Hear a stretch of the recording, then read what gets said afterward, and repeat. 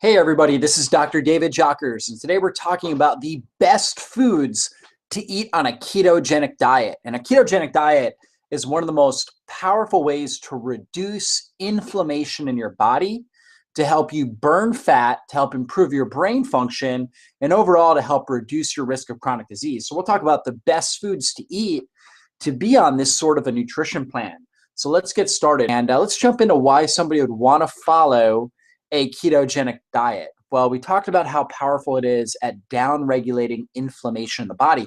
We know inflammation is the underlying root marker that we find in all degenerative disease. So we're talking about Alzheimer's disease, Parkinson's disease, cancer, heart disease, diabetes. All of these things are linked to inflammation, arthritis, autoimmune disease, all of it's related to inflammation. So a ketogenic diet is one of the most powerful ways to reduce that inflammation and help our body heal naturally. It also is great for weight loss and fat burning. It's also amazing for our brain. So ketones are an alternative fuel source that our brain can use, and they have an incredible effect at helping us with mental clarity, sharpness, as well as cognitive acceleration, or the ability to think sharply and quickly. Abundant energy. One thing you'll notice on a ketogenic diet is you just have great energy. You don't have cravings. Your skin, because you've reduced inflammation, your skin clears up and heals. We help to upregulate and strengthen our mitochondria, which are really our little factories within every cell of the body. And so we actually have this amazing concept called mitochondrial biogenesis, really the formation of new mitochondria, which means the cell can produce more energy. In a ketogenic diet is an amazing approach to helping cells produce more energy. And that's incredible. It has great anti-aging effects and helps reduce our risk of chronic diseases. So how does this work? Well, typically, most Americans or most people really are consuming grains like bread and other things that are high in carbohydrates. And those carbohydrates break down into glucose, which is circulating sugar. When that happens, our body creates this hormone called insulin, which takes the sugar and puts it into the cells where our body uses it for energy. Now, in a ketogenic diet, we have a high, good fat diet, moderate protein, low carbohydrate diet.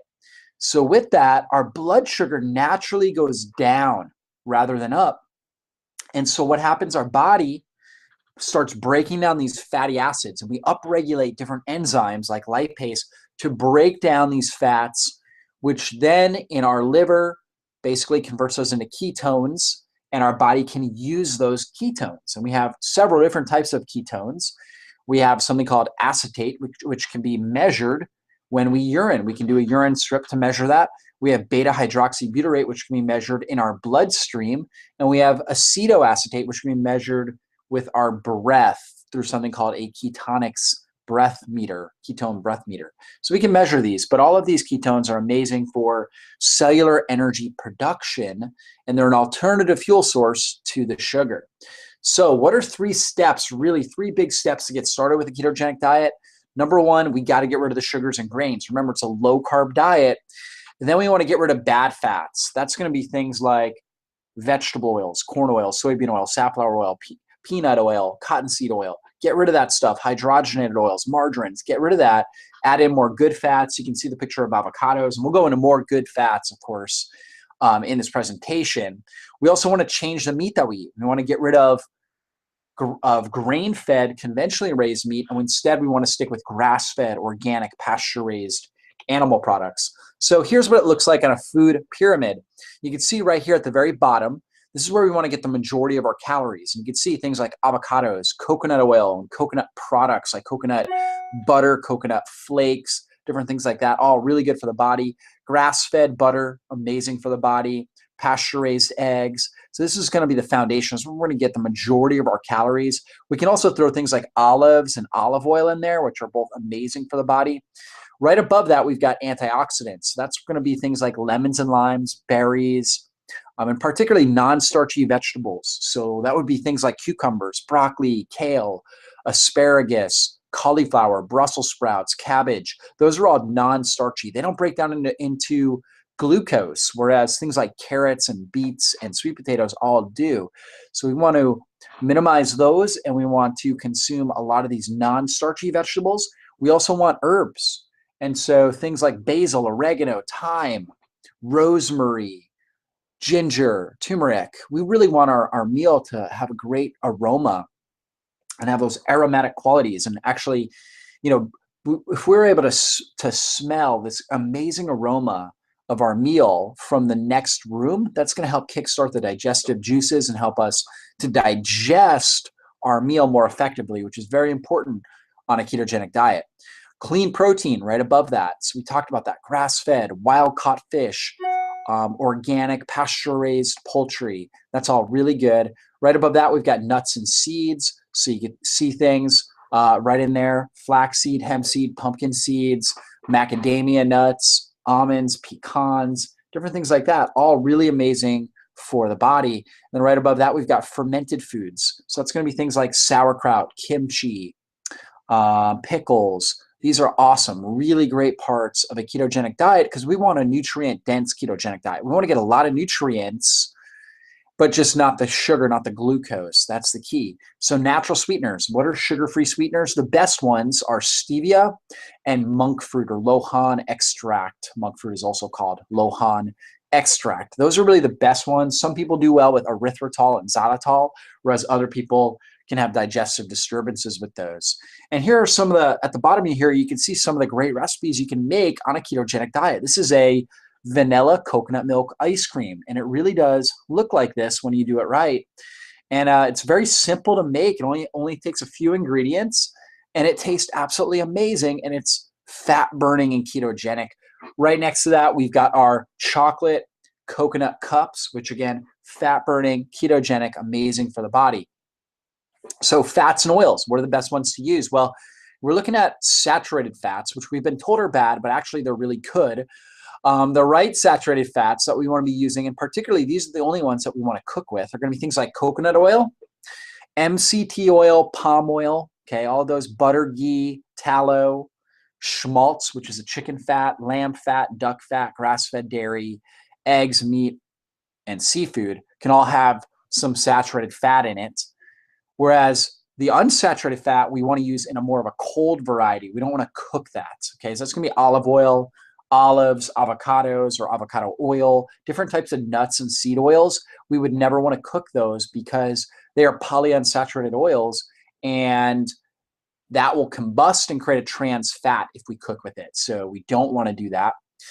And what do we get rid of? We already talked about all these toxic vegetable oils as well as margarine hydrogenated oils. We want to get rid of those things, okay? So these are the fats. These are going to be the primary components where you're getting most of your calories on a ketogenic diet. So avocados, one of my favorites. Personally, I consume 1 to 2 avocados a day. I love avocados. One of the most nutrient-dense foods for your body. They've got tons of B vitamins, potassium. They have the right ratio of potassium to sodium. And, you know, a lot of people will say, what about bananas? Like I need my potassium. Well, avocados have a lot more potassium. They have twice the amount of potassium as a banana. So avocados are a lot better. Really, really good for helping our body to absorb fat-soluble nutrients. So they've got a lot of lutein, zeaxanthin, alpha and beta carotene. So all these are carotenoid antioxidants in that vitamin A family that play a key role with good skin health as well as good vision and good brain health. So really, really powerful stuff. There's also a very small amount of a healthy type of sugar within avocado that actually helps stimulate collagen production for healthy joints and healthy skin. Now, a lot of people will think, well, avocados, when I look at it, it's got like 9 grams of carbs or 10 grams of carbs. But the reality is most of that is fiber. And that's key when you're on a ketogenic diet. You want to look at net carbs. And what that means is you look at the total carbohydrate content and then you subtract the fiber, and that comes out to net carbs. So avocado is very low in net carbs, and the kind of net carbs they have are not net carbs that break down easily into glucose. Instead, they actually help stimulate collagen production. So avocados are amazing. Definitely something you want to be using on a regular basis on a ketogenic diet. Should be one of your staple foods. Grass-fed butter. Grass-fed butter, believe it or not, may be the most nutrient-dense thing you can put in your body. And a lot of people are thinking, what? I heard butter was bad for you. Doesn't it clog your arteries? Well, that's actually not true. Now, we do want to avoid grain-fed butter because when the animal is grain-fed, it's going to have a lot of omega-6 fats, which will cause inflammation. When the animal's grass-fed, we get a lot more omega-3 fats, which are anti-inflammatory and healthy for the body. We also get somewhere between 3 to 5 times the amount of conjugated linoleic acid when the cow is grass-fed. CLA is one of the best things for helping our body to burn fat. It's also very anti-carcinogenic, so amazing for the body. Definitely something we want to be consuming is this grass-fed butter, also very rich in butyrate, which is really what our gut microbiome, the bacterial cells within our gut, will break down when they consume fiber. They produce butyrate, which is a preferred fuel for the large intestine cells. It also helps reduce inflammation throughout the body, in particular in the blood cells, the endothelial layer of the blood cells. And so the idea that butter, grass-fed butter, would be bad for our heart is absolutely untrue. In fact, it may be one of the best things for our cardiovascular system. It also contains vitamin A, the fat-soluble version of vitamin A. So this is powerful because that fat-soluble retinol is key for our vision, for our thyroid, adrenals, cardiovascular system. So really good. It also has a combination of vitamin D and K2. Now, you're not going to get enough vitamin D from the butter to really support your full needs. The sun or a supplement will be very helpful. However, it does have it, and it also has vitamin K2, which many people are deficient in. And K2 is critical for basically helping to take calcium out of the bloodstream and into the bones. That's important because when we look at a arterial plaque, for example, the majority of that plaque is actually calcium. So if we got the right amount of vitamin D, K2, and magnesium, it helps to pull the calcium out of the bloodstream and into the bones where it belongs. So very good for bone health and cardiovascular health there. Omega-3 fats are key for brain. And we also have other benefits like lecithin, which is key for basically the outer membrane of every cell of the body. We've got trace minerals like selenium, magnesium, zinc, copper, iodine. So really, really powerful nutrient-dense food is our grass-fed butter. Also, egg yolk. Egg yolk is very similar nutrient-wise as grass-fed butter. The only thing it adds to it is some protein. So it can be really, really good. It's got vitamin K2. It's got lutein, zeaxanthin, retinol in there. It's got phosphatidylcholine, which is really important for the brain. So egg yolk can be one of the most amazing things you put in your body as well. So consuming pasture-raised eggs is the key, and you can see the picture there with the grass. You want chickens that are ranging, eating insects, eating grass, eating weeds. That's really what a healthy chicken does.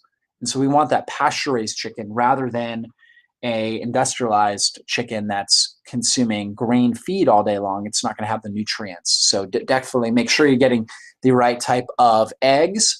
Also, coconut oil and coconut products. And coconut, not only is it amazing for helping stimulate ketones, but on top of that, it's also antimicrobial, helps to kill off yeast, helps to support whole body health, stimulate the thyroid for good metabolism, reduce inflammation in the body. So I like coconut oil, coconut butter, coconut flakes, coconut milk. All of those things are really, really good for the body. And you can also get the benefits by putting it on your skin. Not only is it good for your skin, but also it will cross in. Some of the nutrients will actually get into your bloodstream transdermally. So through the skin, you'll get some of the nutrients that way as well. How about coconut milk yogurt? Well, this is a fermented coconut milk. And so you've got good bacteria in there, which are great for the body, great for the microbiome. And you've got the benefits of the coconut fats, which help your body, again, turn into ketones. Obviously, really, really quickly, coconut milk, coconut oil are quick. Well, I should say they're medium ketone creators. What's real quick would be something like XCT oil, okay, or medium chain triglyceride oils. So within coconut, you have about 15% MCTs. So you do have that. And what they do to make an MCT oil is they actually process and concentrate the 15% that's in the coconut oil. So the kind we use is made from coconuts, but it's processed to where the types of fats that produce ketones quickly are concentrated. And that means that you're going to get an immediate energy burst. You're going to be able to have these ketones quickly. And that's key. And I always like to use the XCT oil in combination with other fats that are more slow ketone creators. So I might put it in a shake with avocado and coconut oil. And so XCT, quick ketone creator, coconut oil is a medium ketone creator, and avocado would be a slower ketone creator. But it will keep the ketones up in my system longer. So if you think about that, we get the best of all things with that. So also, if I'm having a salad, I'll use XCT oil as a salad dressing, but I'll make sure I have avocado or olives in the salad. And that's another great strategy to use. You can also cook with XCT oil, especially meat cooks well. You can cook vegetables with it. So it's something I use on a regular basis to help really get myself into ketosis faster and help myself stay in ketosis using XCT oil along with these other good fats. Coconut flour is awesome. You can make so many things with it. But there is an art to using it properly. And you can see the ratios here. So 1 cup of, like, let's say it was calling for normal wheat if you were making muffins, you'd replace that. Instead of 1 cup, you'd use 1/3 a cup of coconut flour. Why? Because it's very drying. And so we want to use a lot of liquid. We got to increase our eggs. So 1 egg per ounce of flour. And basically 1/3 of a cup is about 1 1/3 ounces. So roughly an egg per 1/3 of a cup. And then you also want to increase the liquids, add more water or coconut milk. Typically you need about 1/2 cup more per 1/3 cup of coconut flour. So you're going to need to increase that. You're going to need to increase the eggs, and that's really the important thing. So you may see a recipe that doesn't seem like it calls for a lot of flour, a lot of this coconut flour, and it seems like it calls for a lot of eggs and liquid. But the reality is that's important because coconut flour, again, is so drying. So you got to really be patient. And obviously this slide gives you a lot of instruction for what to do and how to use it. Okay. And so some people, for example, are egg intolerant. They have a food sensitivity to eggs. So when you do that, you can use flax seeds, soaked flax seeds. 1 tablespoon soaked in 3 tablespoons water is equivalent to 1 egg. So we'll have that sort of an effect as an egg. So that's another great strategy to be using. And just be careful with the amount of liquid. You know, as you're putting in extra liquid, you don't want it to be too fluid, right? So just kind of eyeball it as you're doing it, and that will really, really help. So dark chocolate, everybody's favorite. And we know dark chocolate's super rich in a ton of different nutrients, particularly polyphenol antioxidants, as well as trace minerals, very rich in magnesium. Really good for the body. It also has PEAs, which helps stimulate endorphins and helps stimulate neurotransmitter production. That's one of the reasons why I feel so good when we consume chocolate, is because it raises up these PEAs. It also helps raise up dopamine and serotonin, which just make us feel really, really good. It also is very rich in something called epigalactic catechin, which is the same polyphenol antioxidant we find in green tea. And so very rich in that. Really good for blood sugar stability. The key is, of course, getting dark chocolate without sugar, without added sugar, is very important. And the raw cacao, that's actually the most nutrient-dense form of chocolate, would be the raw chocolate, the raw cacao. So dark chocolate, a little bit on a regular basis, can be really, really helpful for really for boosting brain function. It's also got theobromide in it, which is in the same family as caffeine. So it helps bring blood flow and energy up to your brain, helps stimulate neurotransmitters, really helps you feel good. So dark chocolate, you can enjoy that in moderation. You don't want to overdo it or it will overexcite your system, which can be a problem.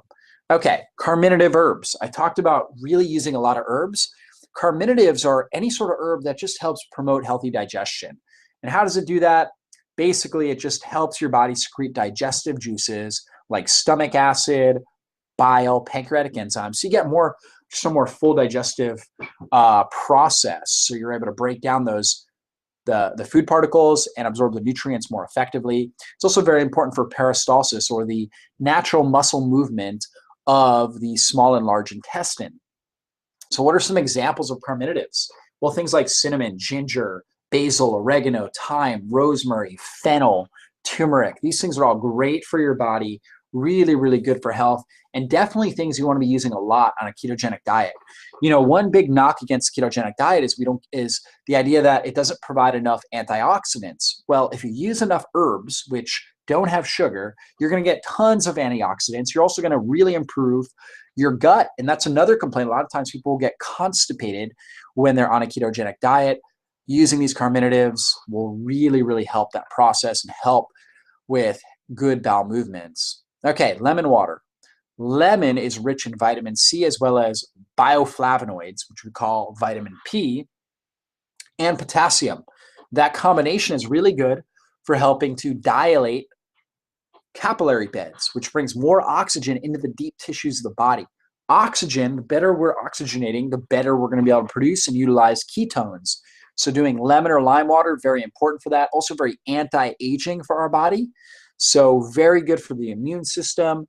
Doing lemon or lime water, absolutely excellent for the body. Fresh squeezed is best, but you can also do an organic lemon juice and put that in your water as well and get great benefits. How about your greens? Getting good, high quality green leafy vegetables into your diet should be foundational. We want to be really looking to get these ones, which are extremely low carb. You have things like arugala, which is a bitter herb, very, very good for the liver. Another example of bitter herb would be mustard greens. Again, really good for the liver. Dandelion is another great one. Parsley, these things are all fantastic.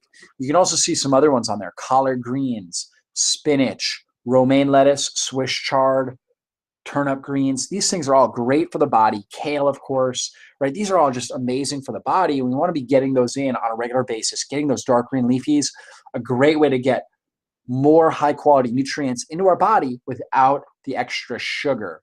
So very, very powerful. I mean, look at this right here, Swiss chard, 1 calorie per cup. 1 calorie per cup of Swiss chard. I mean, that's like nothing. So using that on a regular basis can be really, really helpful for the body. Okay, 6 benefits of sprouts. Sprouts are another key area that I like to include in my ketogenic diet. So doing particularly broccoli, radish, or kale sprouts, they're richest in what we call glycosinolates, which are very, very important for detoxifying the body, getting rid of bad estrogens.